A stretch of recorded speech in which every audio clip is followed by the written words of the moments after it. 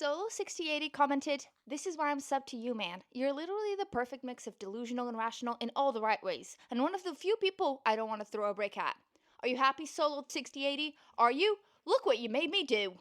Welcome to Rationally Insane, the podcast for book lovers and internet oversharers. I'm Rachel DeYoke, an author, professional ranter, and your slightly delusional internet friend, bringing you brutally honest discussions on the book world and the viral drama we pretend we're too mature for, but secretly love. Listen, deviants, this is our first episode, so I'm going in raw. Oh wow, what a lovely choice of words for the intro to the podcast. For as long as I can remember, I've been having conversations in my head. Even when I was younger, I was like cooking in the kitchen and pretending I was Nigel Lawson, and then I realized not everyone felt that way. I would practice conversations in my head way before I met people. I'd envision alternate realities where I'd have these entire discussions with people I've never met before and make up questions they'd ask me and ways I'd answer to them. I'd lay in bed at night playing and replaying these fictional scenarios. And eventually I just realized, hey, these could actually be books. They don't need to live inside of my head. Let's be honest, 1000% of these conversations are never going to happen. Thus, my first book, Lavender Bay, was born. It was entirely fanfiction-y, and we will not discuss the band that it was fanfiction for, but it gave me an excuse to pour all of these thoughts that I had in my head onto something that was real and honest and raw and could actually live out there and live outside of me. And like a lot of people, it was not a self-insert. I did not imagine myself as YN. I just always really enjoyed pretending to be other people, which sounds really sad, but mostly it's just because I'm a weirdo. And I always knew there was something slightly wrong with me, thus the podcast being called Rationally Insane. But I'm getting way ahead of myself. So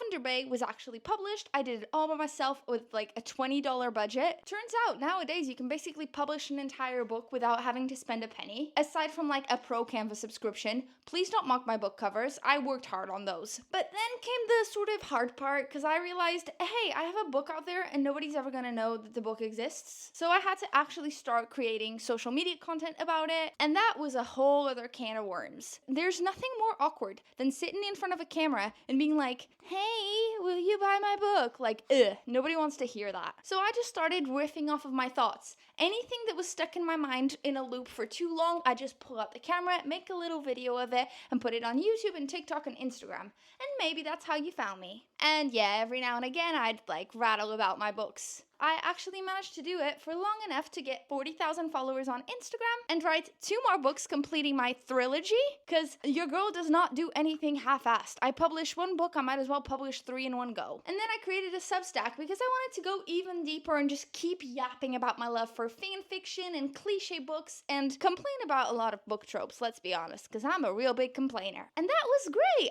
Right now we have about 590 of you inside the Substack. We have a whole group chat. We talk about books and tropes and just yap our asses off. But I realized that I still had so much more to say that would never fit into a weekly post. Not to mention, there's so much drama going on out there that has completely piqued my interest, and I could go on rants for hours. And I don't think there's a single person in my life that actually wants to listen to me rant for 30 minutes. So here we are, the Rationally Insane podcast, where you are forced to listen to me uninterrupted. My opinions, my rants, my dogs barking in the background. Okay, none of that is sounding very exciting, so I might as well give you a sneak peek into future episodes so you actually want to stick around. We're talking everything. Problematic book tropes. Are they ethical? Are they unethical? Fan fiction. Plagiarism. Is romance rooting fantasy? Hint, it's not. Misogyny is. The AI spiral that's tearing the book world apart, and when dark romance crosses the line and just becomes, well, criminal. And I know I'm not the only person who has these opinions. You go on Reddit where there's complete anonymity and then people like genuinely their claws come out. If you go on social media, everyone's like so cookie cutter, and every single post kind of